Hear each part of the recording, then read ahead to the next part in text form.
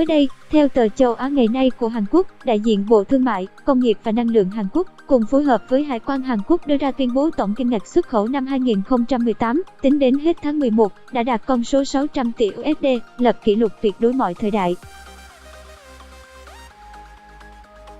Đây là con số cao nhất trong lịch sử xuất khẩu của Hàn Quốc kéo dài đến 70 năm, tính từ năm 1948, và nó được lập chỉ 7 năm sau khi quốc gia này cán mốc 500 tỷ USD 7 năm về trước, năm 2011, đưa Hàn Quốc trở thành quốc gia thứ 7 trên thế giới đạt con số 600 tỷ kim ngạch xuất khẩu mỗi năm, sau Mỹ, Đức, Trung Quốc, Nhật Bản, Hà Lan và Pháp. Sở dĩ đạt được con số này, theo phân tích của Bộ Thương mại, Công nghiệp và Năng lượng Hàn Quốc, là do có sự tăng trưởng cao đến từ các thị trường mới nổi gồm Đông Nam Á, Ấn Độ và các nước thuộc Liên Xô cũ, đạt mức 116 tỷ USD trong năm nay, chỉ mới tính đến hết tháng 11. Trong số đó, mức tăng trưởng ở Việt Nam là nổi bật nhất. Tính từ đầu năm đến hết tháng 11, khối lượng giao dịch thương mại giữa Việt Nam và Hàn Quốc tăng 7% so với cùng kỳ, đạt con số 62,6 tỷ USD, xếp thứ tư trong số những đối tác thương mại của Hàn Quốc, đạt 6% khối lượng giao dịch thương mại của Hàn Quốc trong năm nay. Theo nhà báo Yoo Se-ong-sik của tờ Châu Á ngày nay, Hàn Quốc, sự gia tăng đáng kể trong khối lượng giao dịch thương mại giữa Hàn Quốc và Việt Nam đến từ Hiệp định Thương mại Tự do FTA giữa Hàn Quốc và Việt Nam có hiệu lực từ tháng 12 năm 2015, nhưng để bùng nổ như năm nay, có sự góp công rất nhiều của huấn luyện viên Park Hang-seo với những kỳ tích đem lại cho bóng đá Việt Nam.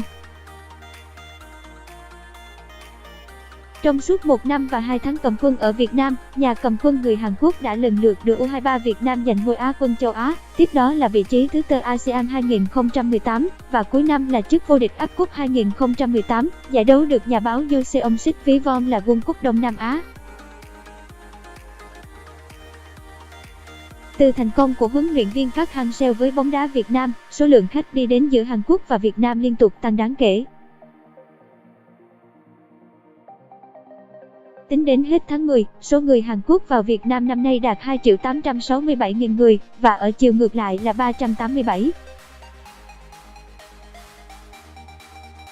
Không người Việt Nam nhập cảnh vào Hàn Quốc, tăng lần lượt 48,3% và 42,4% so với cùng kỳ năm ngoái. Sự trao đổi tích cực này đến từ phép màu Park Hang-seo, khiến cả người dân Hàn Quốc lẫn Việt Nam đều cực kỳ phấn khích với thành tích của thầy trò huấn luyện viên Park Hang-seo, tạo ra những cơ hội làm ăn, cũng như du lịch giữa hai nước. Kết thúc bài viết của mình, nhà báo Yoo Se-ong-sik kết luận, 1 năm và 2 tháng vừa qua, huấn luyện viên Park Hang-seo đã tạo nên một cột mốc mới cho bóng đá Việt Nam, chỉ với khoảng thời gian ngắn ngủi. Sức hút mang tên phép màu Park Hang-seo đang thu hút cả người Việt Nam lẫn Hàn Quốc. Chưa bao giờ Hàn Quốc và Việt Nam lại có cảm giác gần gũi với nhau đến như thế. FTA là tiền đề cho sự phát triển hợp tác thương mại giữa hai nước, nhưng huấn luyện viên Park Hang-seo đã mang đến cho nó một bước đột phá vượt bậc, và nó sẽ còn có nhiều tác động lâu dài cho tình hữu nghị và hợp tác giữa Hàn Quốc và Việt Nam.